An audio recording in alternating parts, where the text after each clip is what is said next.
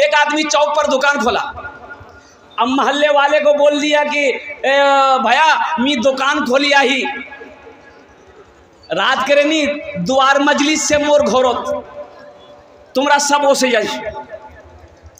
अब शाम के टाइम में मगरब के बाद अब वो सारे लोग उसके घर पहुंच गए। तो उनसे बोला कि मियाँ किसेर दुकान खोल लो। बोला खोले दिया ही। बोले दुआ करबो तो मौली साहब बोला लो। बोले मौली साहब की जरूरत नहीं है, मी दुआ करूँ तुमरा खाली आमीन बोलिस। मी दुआ करूँ, अच्छा बंगाली आप लोग समझ पाते हैं? मी दुआ करूँ तुमरा खाली आमीन बोलो। बोले ठीक है जे, ठीक है जे।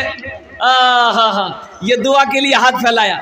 या अल्लाह मैंने नई नई दुकान खोली है, अल्लाह ग्राहकों की लाइन लगा दे, खूब बिक्री हो, दिन में भी सुबह भी रात में भी बिक्री हो। या अल्लाह हमको फुर्सत ना मिले। तो पीछे से एक आदमी बोला रे आमीन कोई ना बोलिस रे। तो बोला कि काहे है? बोला इसलिए कि एक कफन का दुकान खोला है, सब टपक जाओगे यही।